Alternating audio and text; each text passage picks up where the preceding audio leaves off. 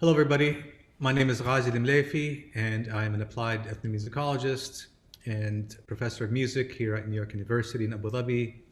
I'm also the leader of the ensemble Boom.Diwan. I'm very excited to be sharing with you today some information about the rhythms of Khaleeji Bahri music, or music of the sea in the Gulf. And before we get started, I just want to say that a lot of my scholarship and musical life are kind of intertwined and are in an attempt to be a continuation of the traditions that occasioned Bahri music in the Gulf, and that my work really focuses mostly on Kuwaiti Bahri music. So I've prepared a little presentation for you today where I contextualize this music, show you how it was born, what its origins were and how complicated that is. And later I will show you a little bit about the instrumentation and share some music about what it is that I'm doing with this. Without further ado, here is a presentation that I have prepared for all of you. Okay, so this first photograph, what you'll see is 3 pearl diving ships. And this was taken in Kuwait during my field work as I was getting a PhD in ethnomusicology from New York University. I traveled to Kuwait in order to kind of figure out where pearl diving existed today in Kuwaiti society, since Kuwaiti pearl diving was, technically outlawed in 1955, but certainly in the pre-oil era. Where are these residues today and how do they exist? And in Kuwait, they exist in this annual pearl diving expedition that's sponsored by the government.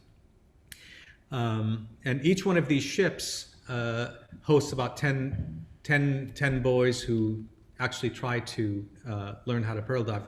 But before we get into that, I wanted to talk about what occasioned Kuwaiti sea music. Now, spanning from Zanzibar to Ceylon, Kuwaiti sea music was occasioned by the pearl trade and intimate engagement of civilizations along the Indian Ocean trade. So Kuwait is right up here. And the trade routes that most Kuwaiti pearl divers went would come down here all the way to Ceylon, that's Sri Lanka, and then on the west side, all the way down to Zanzibar. And of course, the Indian Ocean trade goes beyond that, but for Kuwaitis and most people in the Khalij, these are the main areas of engagement. So what do we have here? We have Northeast Africa on the left-hand side. We have the Arabian Peninsula over here, and Persia and India. So this music was really an amalgamation and a reflection of all of these interactions. And for context, even fresh water in Kuwait had to be imported. So the engagement with these civilizations and the trade of pearls for everything was paramount for the survival of Kuwaitis and many civilizations along the Gulf Coast. And this metaphor of trade and dialogue for survival is something that's really near and dear to me. Because while for my ancestors this was something that was very literal, I take it very figurative and metaphorically today, and maybe even philosophically, that in order to survive as humans, we need to learn how to engage with each other and exchange and influence each other and be open to being influenced in return. So today, pearl diving in Kuwait exists as a performance of cultural heritage that's authorized by the government. And here we have the government-sponsored trip that I just mentioned. And this is one of my main interlocutors you see in the picture, Yusuf Al-Felichawi, who actually taught me how to pearl dive and was kind of one of my informants in letting me know what the Kuwaiti government was trying to teach the boys about Kuwaiti pearl diving. And before we get further, all these beautiful photographs you see were taken by my good friend Mike Kruger, who joined me on this 10-day expedition. So this idea of embodiment, of learning music in your body, of taking information using your body, right, outside of the text, is something that's also very important to me, and also what occasioned this music and is also descriptive of this culture as a culture that has a rich oral tradition. So this gentleman on the left is the late Khalifa al-Rashid, Ammi Abu Adnan, Allah yarhamah. He's passed away. I read about him in 2010 in the New York Times while I was finishing my studies, and I was in New York. And I contacted my father at the time to go and to tell him that I wanted to meet this gentleman that just got written about in the New York Times, who teaches young boys in Kuwait how to pearl dive, and that he's one of the last surviving nokhidas, which are shipmasters, a term used to describe shipmasters, and that I really wanted to see what was really happening. So I met Nokhida Khalifa al-Rashid. I went on this trip, and I remember one of the first things he told me was, "Why are you here?" And I said, "Well, I'm here to learn how to pearl dive, and to learn from you about pearl diving culture and practice, because I'm trying to finish my studies." And he says, "Are you going to read a lot of books?" And I said, "Most likely, yes. I read a lot of books." "You're going to be a doctor?" I said, "Maybe if I pass my dissertation defense and finish my requirements." And he said, "You're going to sit behind a desk and know a lot of things." And I said, "Well, I will have to sit behind the desk and know some things." And he said, "What good is that going to do anybody?" And I thought it was a very interesting comment about how perhaps there are some things that can't be learned in books, that can only be learned in the body. So I just said, I'm here to learn from you. So everything to do with Kuwaiti pearl diving music, or the Bahri music of the Khalij in general, revolved around music. Music made this lifeway possible. And so here on the left, you see one of the captains sleeping on his ship. We all slept outdoors for about 10 days in this kind of collective imaginary of the past. I slept in this boat back here. And this gentleman here captained one of the larger boats. And this gentleman here was also part of the training crew, training the young boys. And here are some photographs that show this kind of reenactment. This gentleman here is the grandson of the pearl diver, Khalifa al-Rashid, Abdullah al-Rashid, a good friend of mine. And he's training his crew how to pearl dive during a workshop. So as you'll see, there's a lot of remembrance, a lot of ideas of imagining the past. I mean, we were out for 10 days while our ancestors were out for much longer. And so you're here taking a workshop on Khaliji Bahri music, and you might be wondering, well, why are we watching this field work and all these things about your studies and so on, and the residues of Bahri music? Well, I thought before I could have the right to play this music, to engage with this music, I had to get as close as I can to what occasioned it, what made it possible, what gave birth to it. And this was the closest thing that I could find, is to interact with people that lived it, is to actually learn how to pearl dive myself, so that when I played the music, I'd have a different disposition internally than I would if I just started listening and playing without having these corporeal experiences. In this photograph, you see Abdullah al-Rashid, the grandson of Khalifa al-Rashid, demonstrating pearl diving for myself, and Mike, the photographer, before I had a chance to try it myself. And here I am doing my first pearl dive. You can't see it that clearly, but in this picture, there is a lead weight on my foot that is actually assisting me in descending to the sea floor. And around my neck is this basket filled with oysters. And when I'm done, I get pulled back to the boat, as you can see in this picture. I'm being pulled back to the boat by a rope that actually the same rope that's holding the oysters. So anyhow, this is all to say that we were all engaged in this kind of collective historical reenactment as a way to access a certain kind of past. And for me, it was all about getting closer to Bahri music. Now, this gentleman here is Abdulaziz Al-Hemely. Abdulaziz Al-Hemely is the head of um, the music pedagogy for the Kuwait Sea Sport Club, where this happens. And he's he's something of an expert in this music, but he's a practitioner of this music. And he is the Naham of the Ma'yuf Mjalli ensemble. And a Naham is a singer on a pearl diving ship. And in fact, the third highest paid member of a pearl diving ship is the Naham. Because his ability to engage with the crew, to keep their spirits up, is what kind of makes the kind of pearl diving work possible, what made life possible. And so there's lots of spiritual elements to this music. There's lots of elements that are utilitarian, coordinating the bodies of the sailors.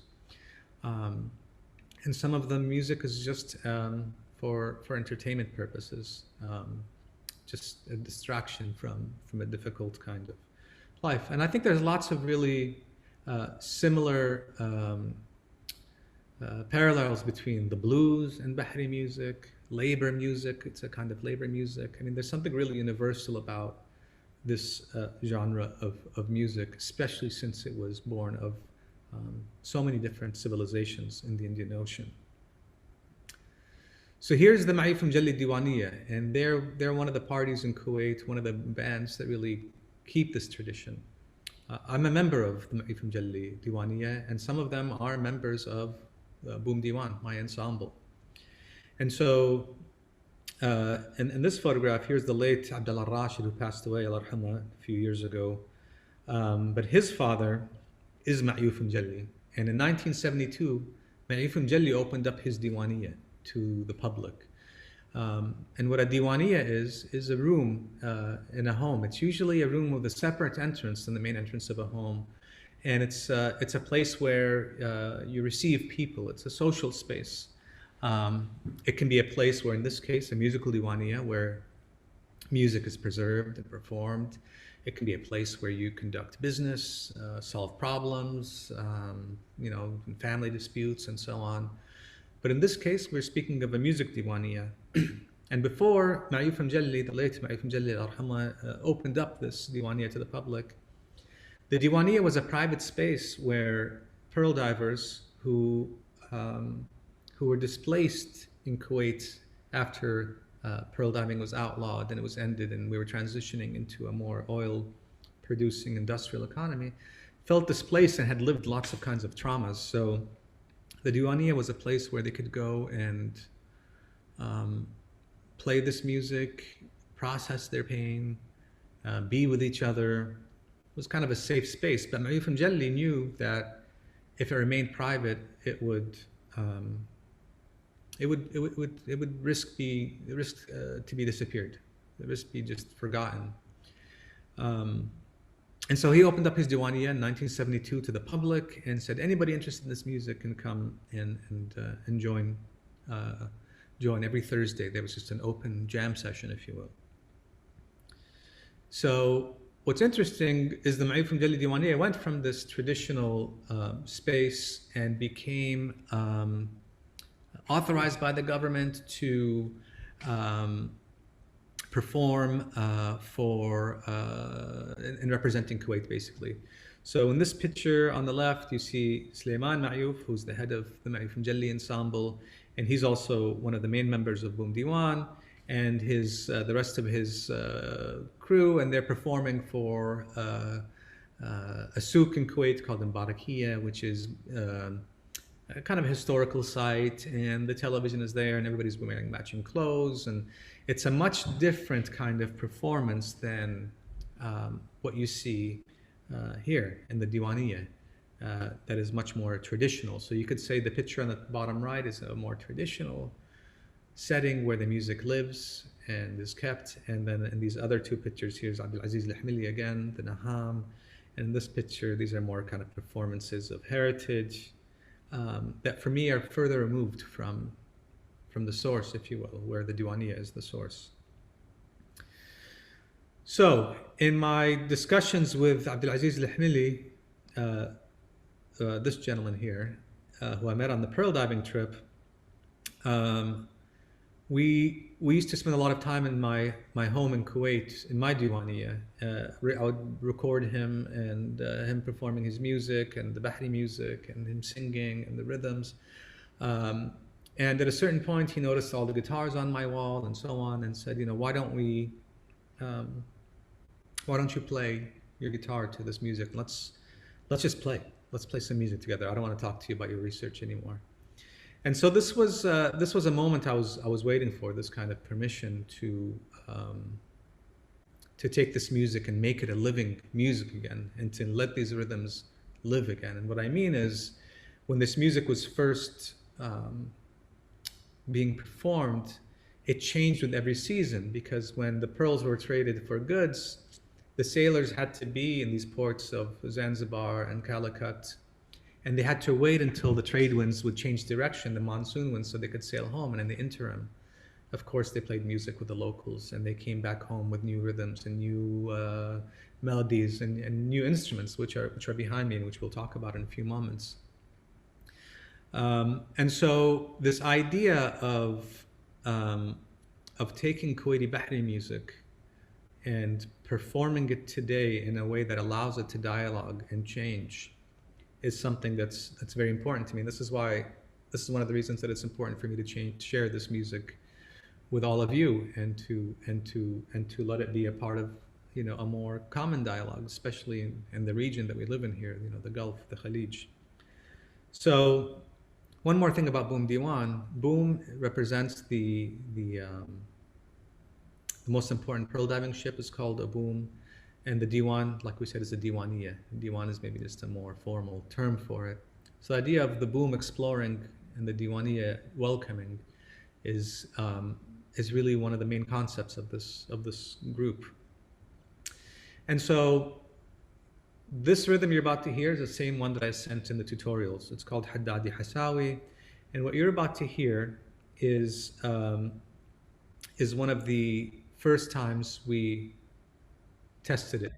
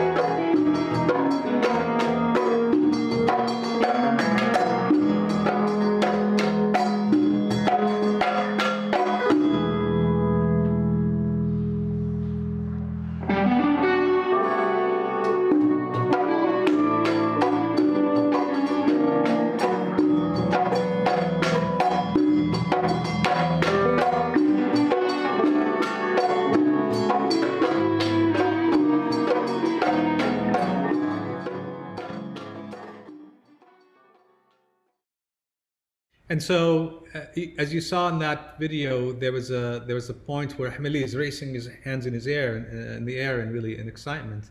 And it's because we were wondering if there was a way to merge these traditional rhythms and give them a voice in the contemporary. And it was very important to us that this was done by the keepers of the tradition, by ancestors of this tradition. So on one end you have the Ma'yuf Mjalli ensemble. On the other end, which is something which I haven't mentioned up until this point, is my family was among the last 3 families still pearl diving in Kuwait. Where my grandfather, as a teenager, would captain a ship and sail it to Calicut and bring back goods for pearls that he harvested during the months of May to September, and would spend the winter sailing the Indian Ocean to bring back goods. So the idea that this is something that we're connected to by ancestry gave us a deeper sense of responsibility in finding a way to give this music a life today that honored its origins. And its origins are complicated, are changing, are fluid. In some ways, are in opposition to an idea of heritage which can be fixed. And so after we tested this concept in my Diwaniyah, we were invited here in NYU Abu Dhabi in 2018 to perform for the Hikaya Festival. And I'll just show you a quick clip from that.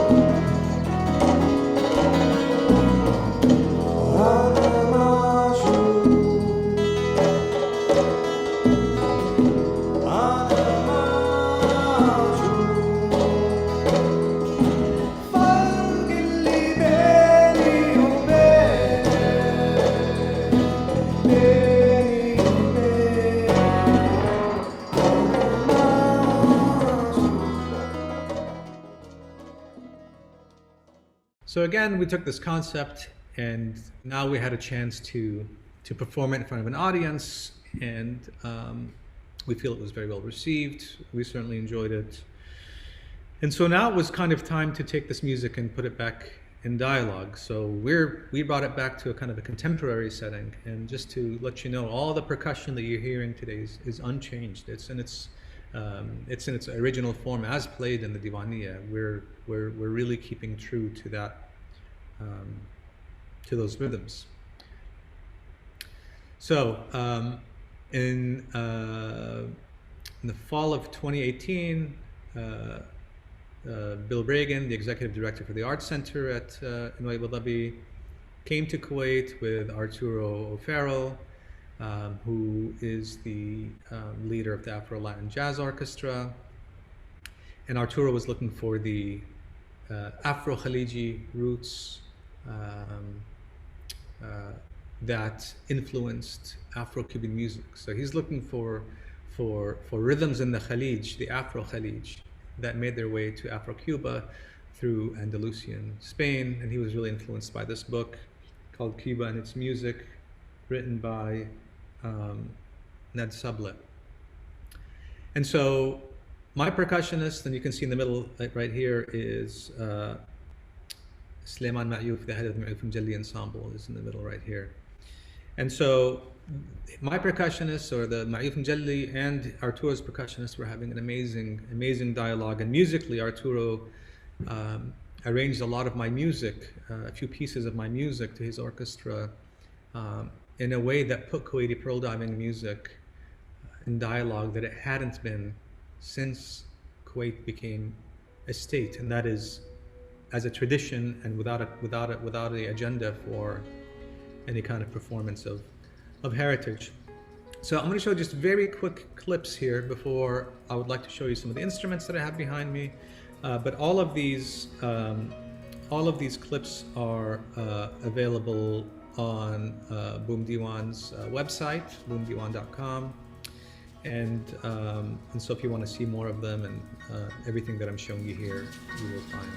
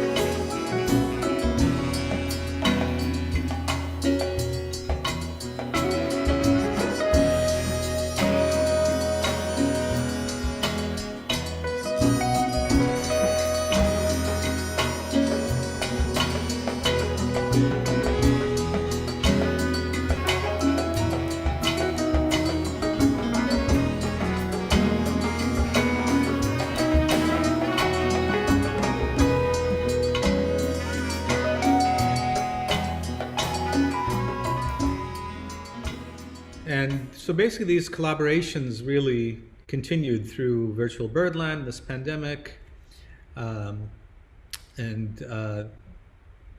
one of Boom.Diwan's pieces is going to be featured on Arturo O'Farrell's album Virtual Birdland. We're very proud that Khaleeji rhythms are going to be part of a kind of in a global spotlight, as Arturo O'Farrell is a multi-Grammy winning artist and has a lot of visibility and is very much into collaborating with people. So it's really our great honor to be collaborating with him. This you can see as well on our website. And the last thing I'll talk about is a collaboration we had with Nduduzo Makatini out of South Africa.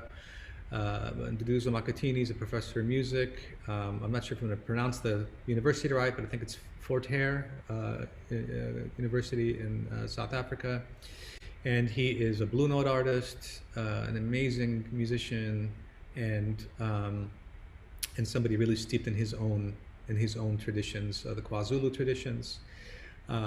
And he uses jazz as kind of this entry point for dialogue in the same way that Boom.Diwan does with Khaleeji-jazz. So again, we were able to have a wonderful dialogue of Kuwaiti Bahri music, music of the Khaleeji Bahr, and South African jazz, and some songs from some singings and imprints from the KwaZulu traditions. I think we're running short of time, so I'll just show a very brief clip, and then I'd love to show you some of these instruments that I have, and then we can maybe have a little Q&A. بيت الرسول مكة يا مدينة هلا بيت الرسول مكة يا مدينة بيت الرسول مكة يا مدينة هلا بيت الرسول مكة يا مدينة بيت الرسول.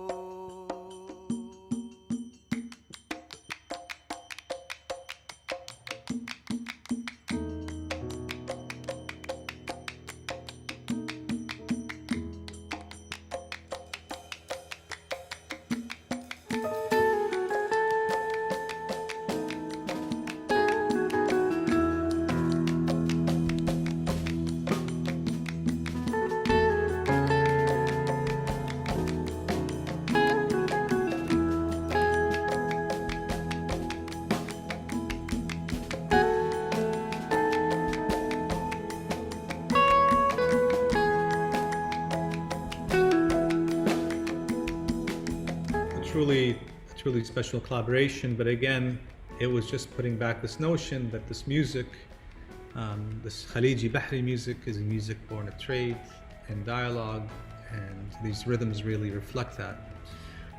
And what I'd love to do right now is show you just a few of the main instruments that you've seen in the videos, so you can just hear them individually.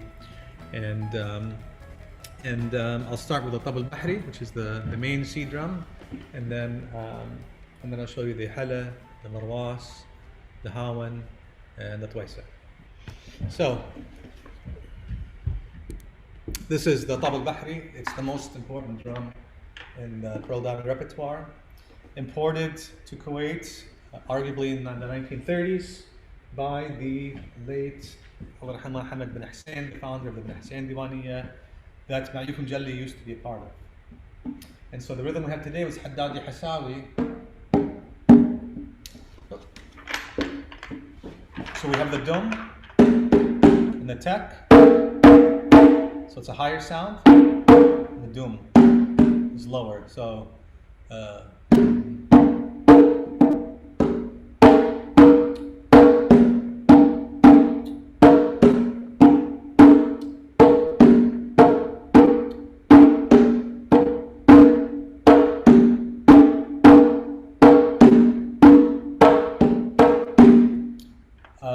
important drum in the Kuwaiti music Bahri repertoire, but throughout the whole Khalij, and imported from India.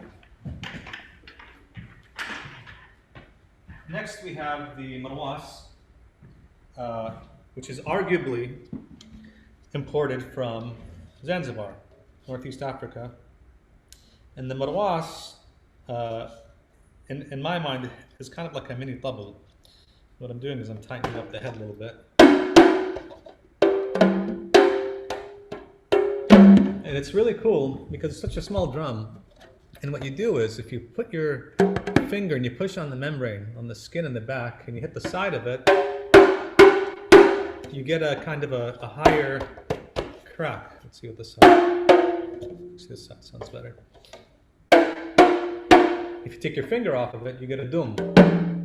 So it's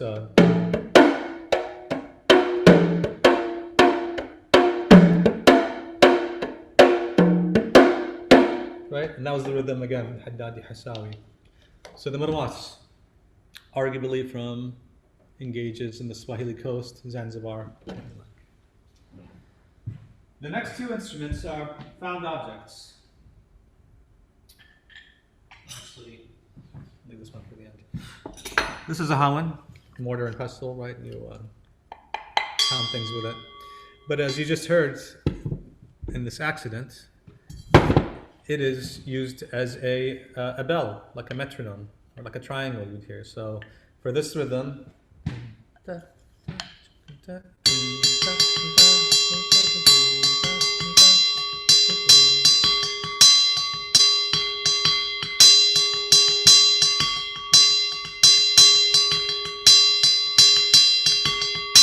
right? But again, found object, an instrument that was never meant to be an instrument, but probably what was laying around the pearl diving ship to make some sound with. Speaking of found objects, or repurposed objects, I suppose, we have the hala. The hala is a water storage device. And it happens to have a very cool sound.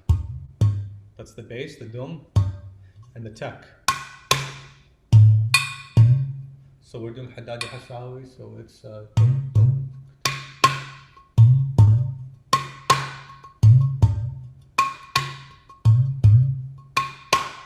There's one more rhythm I'll show you, the Haddadi Mkhalaf, that's really nice on the hala, and it's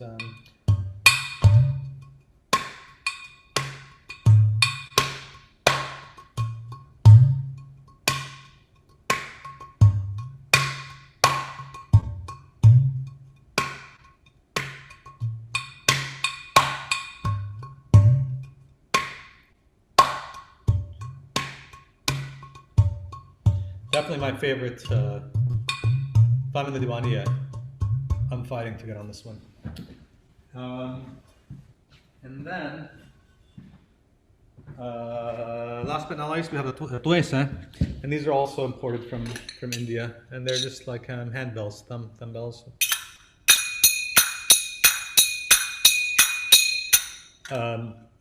Also used for timekeeping. Also imported. So as you can see, this music is not only born of dialogue in the literal sense to the engagement of civilizations along the Indian Ocean trade route, but even the instruments that are used are from outside of the Arabian Peninsula and the Khalij, which is why when sometimes I'm asked, why bring guitar into this music or these different sounds? Well, that's part of the tradition. One of the biggest misconceptions about what we're doing with the rhythms of the Khalij is that our engagement is somehow contemporary. Is somehow, well, it might be contemporary, but somehow innovative. But it's really, what we're doing is very old-fashioned.